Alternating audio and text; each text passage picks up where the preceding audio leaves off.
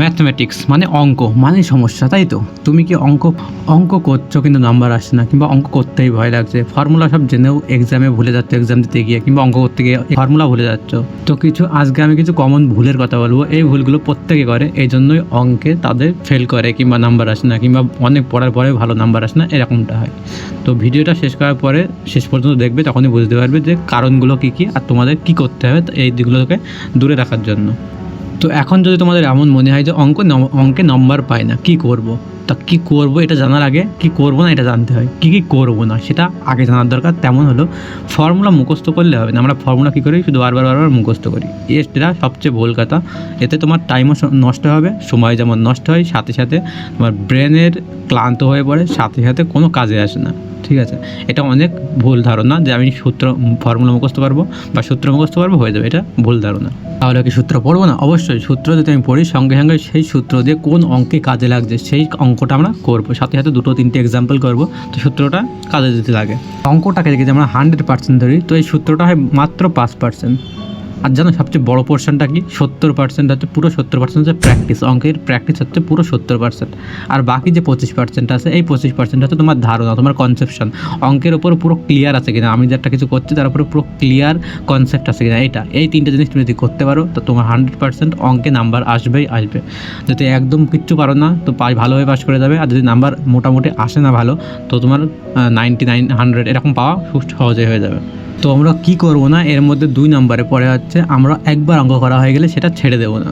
ধরো কোনো একটা চ্যাপ্টার ধরলাম, মনে করলাম 3-4টে চ্যাপ্টার আমার করা হয়ে গেল, এরপরে আমরা কী করি, পরের চ্যাপ্টারে চলে যাই। 3-4টে চ্যাপ্টার হয়ে যাওয়ার পরে আমাদের উচিত আবার যে 3-4টে চ্যাপ্টার করলাম সেই চ্যাপ্টারতে অঙ্ক প্র্যাকটিস করা। এখন তোমরা বলবে যে আমরা অঙ্কে পাবো কোথায়? এই যে আমরা 3-4টে চ্যাপ্টার করলাম, করার পরে অঙ্ক পাবো কোথায় যে প্র্যাকটিস করবে? এরকম মনে হতেই পারে, হয় কি? হ্যাঁ, মনে হতেই পারে।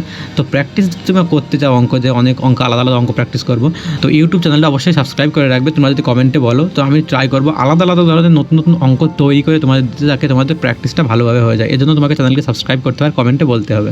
আর সবচেয়ে বড় কথা হলো অঙ্ক নিয়ে ভয়। আমি অনেক লোককে দেখেছি অঙ্ক নিয়ে ভয় পাই। কী করবো, অঙ্ক দেখলেই কাঁপতে শুরু করে, অঙ্কে নাম্বার পায় না, অঙ্কে ফেল করে যায়, এটা ভেবে কী করবো এটা ভেবে পায় না, আর ভয় পেয়ে যায়, অঙ্কে কাঁপতে থাকে অঙ্ক দেখলেই। তো এটা যদি ভয় থাকে, অঙ্ক এমন কিছুই নয় যে ভয় পেতে হবে। তোমাদের সবচেয়ে বড় কথা হলো ছোটোবেলাতে ঠিকঠাক করে শিখে আসো না, সবাই সব জিনিস মুখস্থ করিয়ে আসে, এই সমস্যার জন্য পারো না। এমন নয় যে এখন আর হবে না, এখনও হবে। এখন যদি চেষ্টা করো, তোমার নিজেকে বাড়াতে চেষ্টা করো, তো এখনও হবে। তো কীভাবে করবে আমি স্টেপ বাই স্টেপ ধাপে ধাপে এক এক করে বলছি কী করতে হবে। তো অঙ্কের মধ্যে যে ভয়টা দূর করার জন্য কী করবো, তো কী করবো আমরা সবচেয়ে প্রথমে কী করবো, অঙ্কের প্রত্যেকটা কনসেপ্ট ভালো করে জানবো। কনসেপ্ট কোথায় ভালো করে জানবে, আমি অনেক ইউটিউব চ্যানেলে দেখেছি, মনে হয় ভর্তি করে একটা চ্যাপ্টার ধরবে, দেখে ভর্তি করে প্রত্যেকটা অঙ্ক ধরিয়ে ধরিয়ে করবে। এটা সবচেয়ে ভুল জিনিস করায়। এই ভুল জিনিসটা করার জন্যই তোমরা অঙ্ক ঠিকভাবে শিখতে পারো না। অঙ্ক সব করিয়ে দেয় তোমাদের, দেখো এটা প্র্যাকটিস করতে থাকো, অঙ্ক শিখতেই পারো না। আসলে এটা সবচেয়ে ভুল কথা। আমি যখন অঙ্ক করাই, আমার চ্যানেলে গিয়ে দেখবে আমি কীভাবে অঙ্ক করাই। অঙ্কের কনসেপ্টটা আগে শিখিয়ে দিই। অঙ্কের যে আমি দেখান করাই, সেগুলো শুধুমাত্র আমি কনসেপ্ট শিখে দিই, এমনভাবে করতে হয়। বাকি অঙ্ক কিন্তু আমি একদম টোটালি পুরো কীভাবে লিখতে হয়, কী করতে হয়, কিচ্ছু করাই না। আমি ওইগুলো একটা পিডিএফে দিয়ে দিই। আগে বলি কি, আমি অঙ্কটা শিখে দিলাম, এবার তুমি একা একা করার চেষ্টা করো। একা একা করার চেষ্টা করবে, করার পরে আমি এই প্রত্যেকটা অঙ্ক আমি পিডিএফ ধরে ধরে দিয়ে দিই। এবার তারপরে অঙ্ক মিলিয়ে দেখবে যে তুমি যেটা করেছো এটা ঠিক কিনা। এটা কী হবে, তোমার যে মনের মধ্যে অঙ্কের মধ্যে জন্য ভয় আছে সেটা দূরে হয়ে যাবে, তোমার যে কনসেপ্টটা হয়েছে এটা ক্লিয়ার হয়েছে কিনা সেটা জেনে যাবে, আর সাথে সাথে তোমার নিজে নিজে অঙ্ক করার একটা শক্তিটা তৈরি হবে। এটা খুবই বেশি দরকার, যেটা নিজের থেকে নিজে নিজে অঙ্ক করার শক্তিটা তৈরি করা। তাহলে অঙ্কের যে ভয়টা সেটা পুরো কেটে যাবে। তো আমরা যখন ম্যাথ পড়ি 2 রকমভাবে পড়ি। এক তো আমরা অফলাইনে পড়ি, আমরা যখন অঙ্ক করি তখন কীভাবে করি, এক তো অফলাইনে পড়ি, তাই তো অফলাইনে পড়ি, আর এক হচ্ছে আমরা অনলাইনে পড়ি। যেমন আমি পড়াচ্ছি এটা অনলাইনে পড়াচ্ছি। তো অফলাইনে কী সমস্যা হয় তোমাদের একটা জিনিস বুঝে দিই, আর অনলাইনে কী সমস্যা হয়, কীভাবে দূর করতে হয়, এগুলো আমি শিখি। সর্বপ্রথম আছে অফলাইনে, মানে এই যেমন ক্লাসরুমে পড়াচ্ছে, এভাবে যখন ক্লাসরুমে পড়াই বা পড়তে যাই, যেখানে টিউশনে পড়তে যায়, এখানে কী হয়, যারা ভয় পায় অঙ্ককে খুব না, তারা কী করে, প্রশ্ন করতে পারে না। একটা হয়তো টিচারকে ভয় পায়, টিচার হয়তো বকিয়ে থামিয়ে দেয়, কিংবা এমন হয় যে সবার মধ্যে আমি এই কোশ্চেনটা জিজ্ঞাসা করবো, এটা জিজ্ঞেস করলে সোজা না কঠিন, যদি খুব সোজা জিনিস হয় অন্য দেখে হাসবে, এই ভয়গুলো থাকে। তো এগুলো কাটানোর জন্য তুমি অনলাইনে পড়তে আসবে। এরকম অনলাইনে এই ভয়টা থাকে না, ঠিক আছে, এই ভয়টা থাকে, যেটা তুমি অনলাইনে একদম পাবে না। আর অফলাইনে কী হয়, অফলাইনে সবাই দেখবো অঙ্ক করছে, যারা অঙ্ক ভালো পারে, দেখবো ওরা খুব ভালো পেয়ে যাচ্ছে, তুমি পাচ্ছ না, এর মধ্যে নিজেকে ইনসিকিউর মনে হয় যে আমি পাচ্ছি না, শুধু আমিই পাচ্ছি না, কেমন কথা, এরকম ভয়টা লেগে থাকে। তো অফলাইনে এই একটা সমস্যা, এই জন্য তোমরা কী করবে, এজন্য তোমরা সরে চলে আসবে অনলাইনে। তো অফলাইনের সমস্যাগুলো এক বলে দিই কি, অফলাইনে বেশিরভাগ কী বলে, টিচাররা তাকে পড়তে যাবে বলে সূত্র মুখস্থ করে যায়, যেটা বললাম এটা উচিত নাই। অন্যদের মাঝে প্রশ্ন করতে ভয় পাওয়া, এটাও বুঝিয়ে দিয়েছি। একেবারে বুঝতে না পারে জিজ্ঞাসা করতে সংকোচ করা, একেবারে তুমি বুঝতে পারছো না তখন ভয় লাগে, জিজ্ঞাসা করবে যদি কিছু বলে কিংবা অন্য যদি হাসে, এই ভয়টা, এটাও বুঝিয়ে দিয়েছি। তারপর কী হয়, আর হচ্ছে কোনো একটা নিয়ম বলে দেয় তেমন করেই করতে হয়, এইটা সবচেয়ে বড় সমস্যা। পড়তে যাবে, স্কুলে যাবে, পড়তে যাবে, টিউশনে যাবে, ওদের বলে দেবে এই নিয়মে করেছি, তুমি অন্য নিয়ম করতে যাবে, ভয় ধমক দিয়ে বসিয়ে দেবে, এইভাবে হয় না, তো কে শিখিয়েছে এইসব, এরকম ভয় দেখিয়ে দেয়। দেখো অঙ্ক এমন নাই যে একটা কিছু বলে দিলাম ওইদিকে যেতে হবে, মনে করো তুমি কোথাও একটা যাবে, ও তো 10টা রাস্তা থাকতেই পারে, 2টো রাস্তা 3টে রাস্তা থাকতেই পারে, এমন তো নয় যে এই রাস্তা দেখিয়ে দিচ্ছ ওই রাস্তায় যেতে হবে। তোমরা দেখবে কোথাও একবার কেউ প্রথম একটু দূরে পড়তে গেলে দেখবে তোমার বাবা নিয়ে গেলো, একটা রাস্তা নিয়ে গেলো, কিন্তু কিছুদিন পরে দেখবে তুমি আলাদা আলাদা রাস্তা যাওয়া আসা করছো, কারণ কি চিনে গেছো। তো আমি এই জিনিসটা অফলাইনে খুব একটা বাজে জিনিস দেখি। অনলাইনে হলে কী হয়, এদের কোশ্চেন করাটা হয়, কারণ কি ভয় লাগে না যে আমাকে ধমক দেবো দিয়ে দেবে কিংবা অন্য আমার দিকে হাসবে, এই ভয়টা থাকে না যে আমাকে কেউ চিনতেই পারতো না, সমস্যা কি। কিন্তু অনলাইনে সমস্যা কি, অনলাইনে হচ্ছে অদরকারি জিনিস করতে যায়, এটা আগেই বলেছি, অদরকারি জিনিসটা করতে যায় কি, দেখি প্রত্যেকটা অঙ্ক ধরে করাচ্ছে, কি দরকার হয়, তুমি প্রত্যেকটা অঙ্ক যখন ধরে করে দেবা, তার মধ্যে কনসেপ্ট তৈরি হচ্ছে কি না, সে নিজে নিজে করতে পারছে কি না, এগুলো কোথাও থেকে থাকবে। সব অঙ্ক করে দিয়ে মুখস্থ করে গুলে খাইয়ে দেবে, কোন কাজে লাগবে, কোনো কাজে লাগে না। এই জন্য অঙ্কের জন্য একটা ভয় চলে আসে যে প্র্যাকটিস করবো, মনে থাকবে না, তখন কী হবে, এই ভয়টা থাকে। আর অনেক টাইম নষ্ট হয় অঙ্কের, বারবার প্র্যাকটিস করতে হয়, অনেক টাইম নষ্ট হয়, ব্রেন ক্লান্ত হয়ে যায় করতে হতে, কী করছি, এই জিনিসটা দরকারি। নোট করতে সময় লাগে। এবার তুমি যে অঙ্কটা অনলাইন ক্লাস দেখছো, এক তো ভাই 10টা অঙ্ক থাকলে ওখানে আধা ঘন্টা চলে গেল, তারপরে আবার নিজে নিজে নোট করে যেতে আরও সময়। তো আমার কাছে এই জিনিসটা তুলি, আমার চ্যানেলটা সাবস্ক্রাইব করলে কী হবে, এই যে আমি এক তো ফালতু অঙ্ক করাই না, যে অঙ্কগুলো আলাদা আলাদা কনসেপ্ট আসে সেই অঙ্কগুলো করাই, আর সাথে যে নোটগুলো হয় তোমার নিজের তৈরি করতে হয় না, আমি নিজে নোট বানিয়ে সেগুলো তোমাদের দিয়ে দিই। এই জন্য টেলিগ্রামে জয়েন করতে হয়। এই জন্য বলবো আমার চ্যানেলটা সাবস্ক্রাইব করবে, আর তোমার যাদের বন্ধু টন্ধু আছে যাদের সমস্যা হয় অঙ্কে, তাদেরকে অবশ্যই এই চ্যানেলটা সাবস্ক্রাইব করে হবে, আর তাদেরকে শেয়ার করবে যে এই চ্যানেলতে অঙ্ক দেখতে পারো, ভালো অঙ্ক করায়, ঠিক আছে।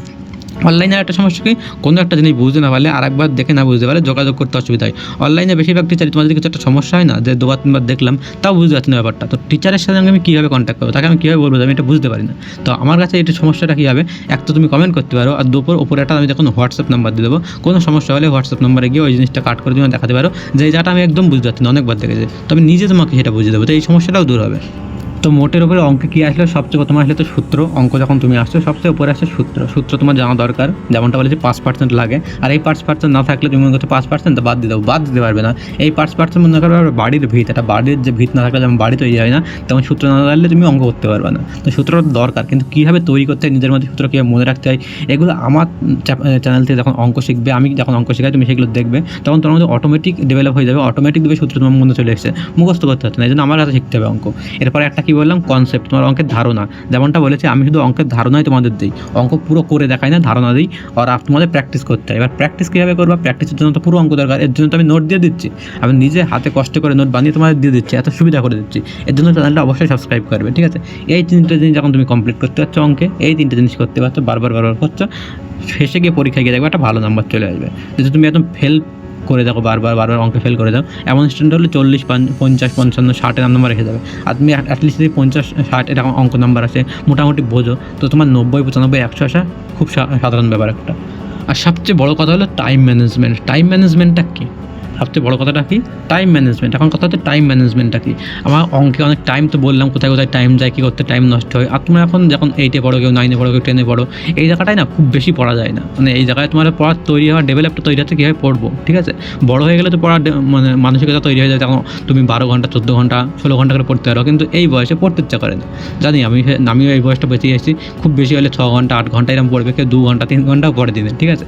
তো এই হচ্ছে টাইম ম্যানেজমেন্ট। তাহলে আমি কী করবো, টাইম বাড়াবো না, ওই টাইমের মধ্যে কীভাবে বেশি করে পড়বো, কীভাবে টাইমটাকে ঠিক করে কাজে লাগাবো, যাতে যেটুকু আমি পড়ছি সেটুকু পড়ে আমার কাজে লেগে যায়, এই জিনিসটা খুব দরকার। এই টাইম ম্যানেজমেন্ট যে জিনিসটা, এই জিনিসটা আমি ছোটো জিনিসের মধ্যে বোঝাতে হবে না, টাইম ম্যানেজমেন্টের জিনিসটা তোমাদের ভালো করে বোঝাতে হবে। যদি টাইম ম্যানেজমেন্ট কীভাবে করবে, এখন যে ক্লাসেই পড়ো না কেন, এটা শিখতে চাও তো কমেন্টে বলবে, আমি অবশ্যই তোমাদের বলবো কীভাবে তোমরা টাইম ম্যানেজমেন্ট করতে পারো। যদি তুমি যখন 4 ঘন্টা পড়ো না, আমি 4 ঘন্টায় এমন করে তোমাদের টেকনিক বলে দেবো, যে 4 ঘন্টা পড়লে আগে ততটা পড়া মনে রাখতে, তার বেশি পড়া মনে থাকবে, 4 ঘন্টাকে বেশি কাজে লাগাতে পারছো, আর তুমি খেলাও করতে পারছো, আর পরে চিন্তা পারছো না যে আমি কিছুই পড়া হয়নি, পড়লাম পরামর্শ চলে না, এই চিন্তাটাও দূর হয়ে যাবে। আর শেষে আছে তোমাদের কষ্ট করা, তোমাদের পড়তেই হবে। দেখো তোমরা যাই করো, এখন একটা কথা হচ্ছে তোমাদের পড়তেই হবে। তোমরা এখন ছোটো, তোমাদের পড়াশোনা কী কাজ আছে, 1 পড়া, আর 2 হচ্ছে তোমাদের খেলা, পড়া খেলা, বাড়িতে কারো যদি কাজ থাকে, অনেকেই আছে, সবারই তো সমান হয় না, কাজ থাকে, তাহলে কিছুটা কাজ এই করাতে নেই, এর বেশি কিছু নাই। তো তোমাদের পড়তেই তো হবে, দিনে 4 ঘন্টা 5 ঘন্টা 3 ঘন্টা যা পড়ো, 6 ঘন্টা 8 ঘন্টা যা পড়ো, তোমাদের পড়তেই হবে। তো তোমাদের পড়তেই হবে, এমন নাই যে আমি কিছু একটা বলে দিলাম তোমার কিছুই করবে না, নম্বর এমনি চলে আসবে, এরকম হবে না, তোমাদের পড়তেই হবে অ্যাটলিস্ট। তার শেষে কী আসলো, সবচেয়ে প্রথম তো এই চ্যানেলটা সাবস্ক্রাইব করবে, তোমার হচ্ছে কনসেপশন, সব কনসেপশন পুরো ক্লিয়ার হয়ে যাবে, সূত্র তোমার মুখস্থ করা লাগবে না, বললাম সূত্র মুখস্থ করা লাগবে না, অঙ্ক আমি যেভাবে করাবো প্র্যাকটিস করাবো, যেভাবে অঙ্ক দেবো তোমরা করবে বারবার, যেরকমটা বলবো করবে, তোমাদের সূত্র দেখবে অটোমেটিক মুখস্থ হয়ে গেছে, সূত্র দূর হলো, তোমাদের প্র্যাকটিস কনসেপশন দূর হলো, 2 বালাম 3 বালাম নোট তো ফ্রিতে আমি নিজে হাতে লিখে তোমাদের দিয়ে দিচ্ছি, এটাও দূর হয়ে যাবে। এই জন্য চ্যানেলটা তোমরা সাবস্ক্রাইব করবে, ডেলি যে ভিডিওটা আছে তোমরা দেখবে, তোমাদের বন্ধুদের যে সমস্যা হয় সেগুলো দূর হবে। তোমাদের একটা জিনিস এক্সট্রা দিচ্ছে, সেটা তোমাদের নিজে করতে হবে, সেটা হচ্ছে প্র্যাকটিস। যে অঙ্কটা দিলাম যদি বুঝে না পারো, প্র্যাকটিস। আর বারবার করে যদি বারবার দেখে ভিডিওটা দেখা, 2 বার 3 বার করে ভিডিও দেখছো, এটা তুমি বুঝতে পারছো না, 2 বার 3 বার ভিডিও দেখছো তাও বুঝতে পারছো না, যেমন আমি কী বলেছি, এটা আমাকে মেসেজ করবে, এটা কী করবে, আমাকে সোজা মেসেজ করবে যে আমি এটা বুঝতে পারি না, আমি তোমাদের বলে দেবো যে এইভাবে করো, এইভাবে করো, এইভাবে করো।